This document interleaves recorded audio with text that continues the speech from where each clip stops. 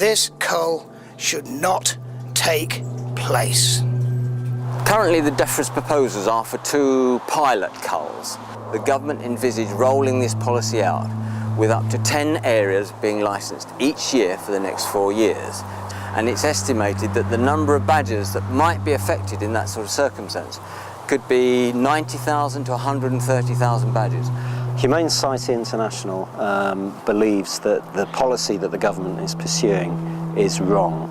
It's not science-led, and killing thousands of badgers will not solve the problem of tuberculosis in cattle. What it will do is decimate badger populations across large tracts of our countryside and cause untold suffering for many thousands of individual badgers. The government's plans involve killing at least 70%, that's 7 in 10 badgers, over licensed areas, each of which could be the size of the Isle of Wight.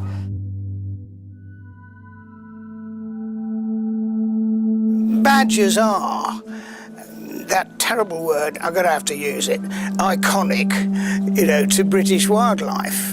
Everybody knows what a badger looks like because they're wonderful to look at and they've got terrific character.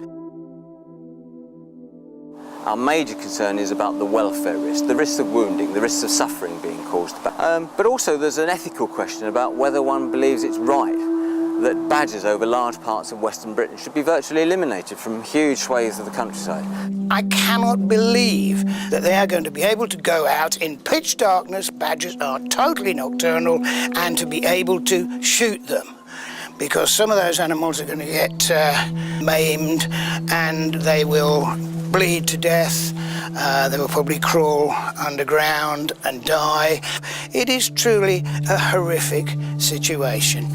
In 1997, the government of the day brought together a group of scientific experts to design a field trial, a huge field trial, to look at the impact of badgers on tuberculosis in cattle.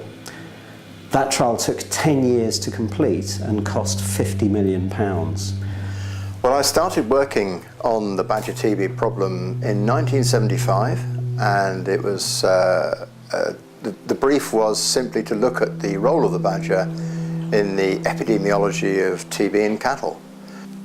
This government claims that their policy is science-led, but I'm afraid it's not, because the only good science that we have was from the culling trial.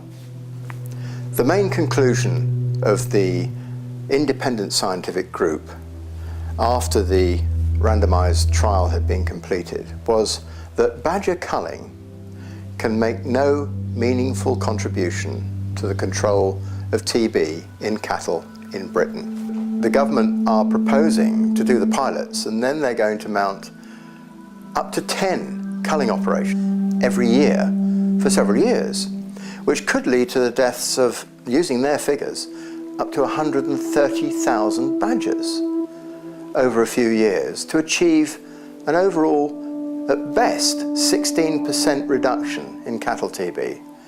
Now, there are those of us in the scientific community who actually think it'll make it worse.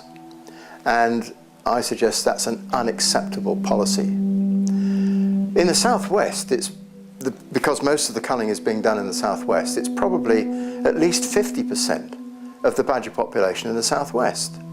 And in certain localities, there will be no badgers.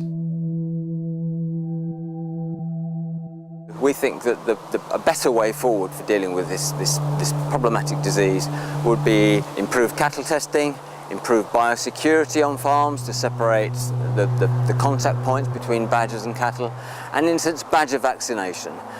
We see that combination of methods being the more sustainable, more humane, more appropriate way forward.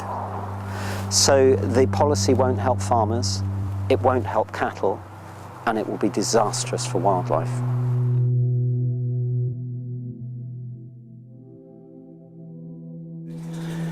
Kill the cull, not the badgers.